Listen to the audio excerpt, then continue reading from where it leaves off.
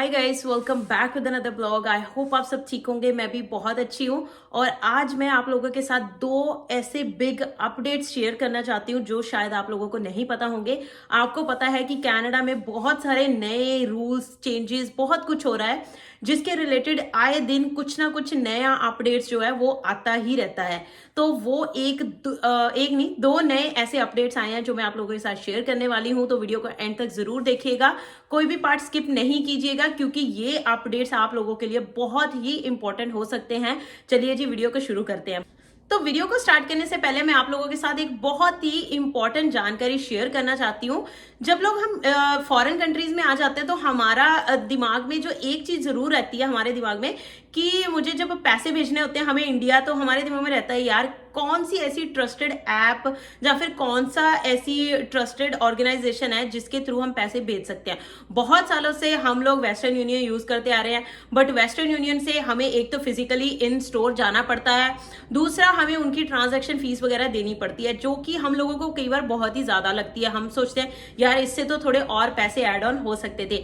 तो इसीलिए मैं आप लोगों के साथ पे पैनी ऐप के बारे में जानकारी शेयर करना चाहती हूँ।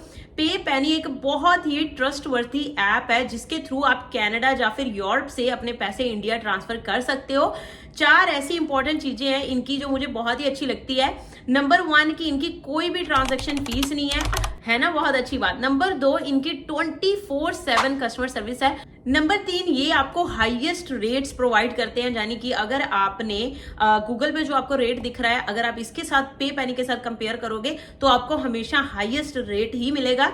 और नंबर 4 बेस्ट चीज जो आप लोगों के लिए है, अगर आप किसी को रेफर करते हो ये ऐप तो आप जो है पैसे अर्न भी कर सकते हो। इनके पास रेफरल प्रोग्राम है, तो आप लोग मेरा भी रेफरल कोड यूज कर सकते हो जो आपको डिस्क्रिप्शन बॉक्स में मिल जाएगा। अब आपको पता चल गया कि अगर आपने पैसे इंडिया भेजने हैं और आप कनाडा या फिर यूरोप में हो तो पे पैनी ऐप जरूर यूज कीजिए। Thank you. ठीक है जी, तो अब सबसे पहला अपडेट जो पीटीई कोर टेस्ट के बारे में है। पीटीई, आपको पता है कि कनाडा में जब पीआर लेनी होती है, जब सिटीजनशिप लेनी होती है, तब भी आपको लैंग्वेज टेस्ट जो है वो देना पड़ता है। हाँ, मतलब जब सिटीजनशिप की बारी आती है तो कुछ एक्सेप्शंस ऐसी होती हैं जिन केसेस में आप टेस्ट नहीं भी मतलब अवॉइड कर सकते हो देना, बट उसके लिए और भी बहुत सारी रिक्वायरमेंट्स रहती हैं, वो कभी किसी और दिन मतलब शेयर करेंगे।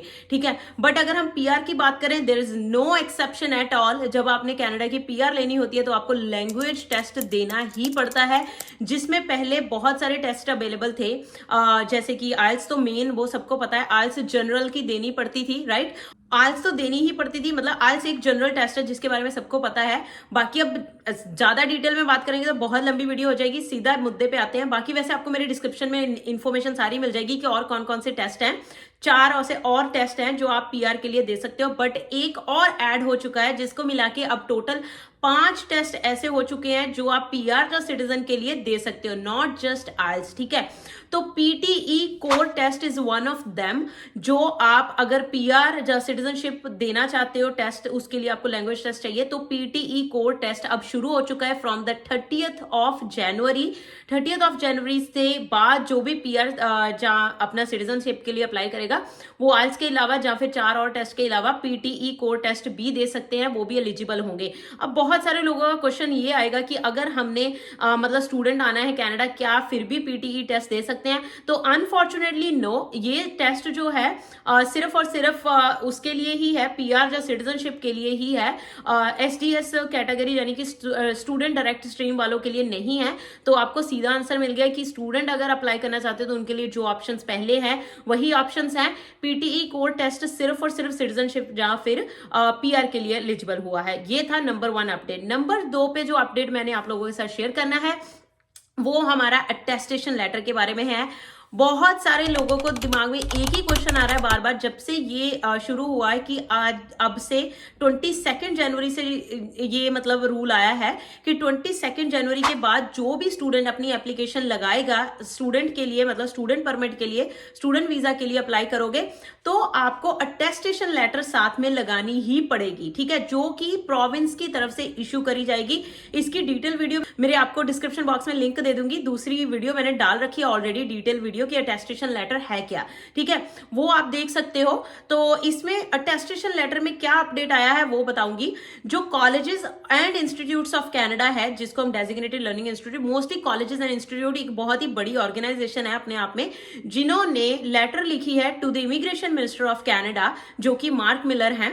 तो मार्क मिलर को उन्होंने लेटर लिखी है कि about the attestation letter. Attestation letter में उन्होंने लिखा है कि सारी प्रोविंसेस के कॉलेजेस एंड यूनिवर्सिटीज या इंस्टीट्यूट्स जो हैं, उनके पास अभी तक टिल नाउ कोई भी प्रूवन प्रोग्राम नहीं है, या फिर उनके पास कोई भी प्रोसेस नहीं है जिसके थ्रू वो अटेस्टेशन लेटर इशू कर सके।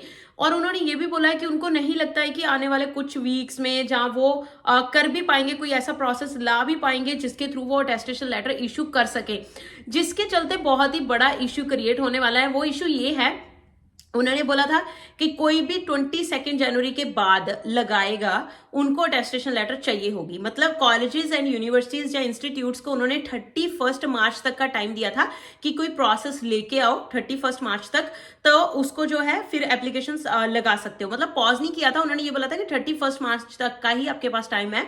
और ये बोला था कि 31 मार्च से अगर कोई पहले कॉलेज या यूनिवर्सिटी कोई प्रोसेस कर लेता है, मतलब उन्होंने कैसे इशू करनी है, उनके पास प्रोसेस आ जाएगा, तो वो पहले भी स्टूडेंट उस कॉलेज या यूनिवर्सिटी के लिए अप्लाई कर सकते हैं या फिर उस प्रोविंस में अप्लाई कर सकते हैं। बट इस स्टेटमेंट से या इस लेटर से ये तो प्रूव हो चुका है कि किसी भी प्रोविंस के पास, किसी भी कॉलेजेस, ऑब्वियसली कॉलेजेस प्रोविंसेस में ही है, किसी भी प्रोविंस के पास अभी तक कोई प्रूवन या प्रोसेस नहीं आया है जिसके थ्रू वो अटेस्टेशन लेटर इशू कर सकें, जो कि बहुत ही बड़ा इशू है। क्योंकि अगर अटेस्टेशन लेटर्स उनके पास प्रोसेस ही नहीं है अभी तक, तो वो इशू कैसे करेंगे, ठीक है। और मई इनटेक हो सकता है बहुत सारे स्टूडेंट का पॉज हो जाए, क्योंकि अगर उनको अटेस्टेशन लेटर नहीं मिलेगी तो वो अप्लाई ही नहीं कर पाएंगे। तो इसी के लिए उन्होंने मतलब उनको सोल्यूशन पूछा है कि हमें प्लीज कोई और सोल्यूशन दो, या तो हमें टाइम दे दो कि 31 मार्च तक अगर कोई स्टूडेंट अप्लाई कर रहा है तो उनको अटेस्टेशन लेटर जो है वो नहीं चाहिए, या फिर उन्होंने बोला है कि हमें कोई और सोल्यूशन बताओ, कि कोई और प्रोसेस बताओ जिस तरीके से हम जल्दी कोई प्रोसेस लेके आए ताकि अटेस्टेशन लेटर्स इशू करना शुरू हो जाए। क्योंकि आपको पता है कि मई इनटेक के लिए एप्लीकेशन तो ऑलरेडी शुरू हो चुकी हैं। जो भी लोग मई इनटेक के लिए अप्लाई करना चाहते हो, उन कई लोगों की तो पहले क्या होता है, कई लोगों की तो अभी तक एप्लीकेशन भी लग जाती है, क्योंकि फेब चल रहा है, राइट। तो फेब तक तो बहुत सारे लोग मई के लिए एप्लीकेशंस ऑलरेडी लगा भी देते हैं। इसलिए उन्होंने बोला है कि हम ऑलरेडी बहुत डिले चल रहे हैं, तो या तो हमें कोई प्रोसेस बताओ कि जिसके थ्रू हम अटेस्टेशन लेटर इशू कर सके, या फिर इसको जो है पॉज कर दो एटलीस्ट मई वाले बैच के लिए, यानी कि 31 मार्च तक का कर दो कि 31 मार्च तक अगर कोई अप्लाई करेगा तो उसको नहीं चाहिए, उसके बाद अगर कोई अप्लाई करेगा तो उसको चाहिए होगी।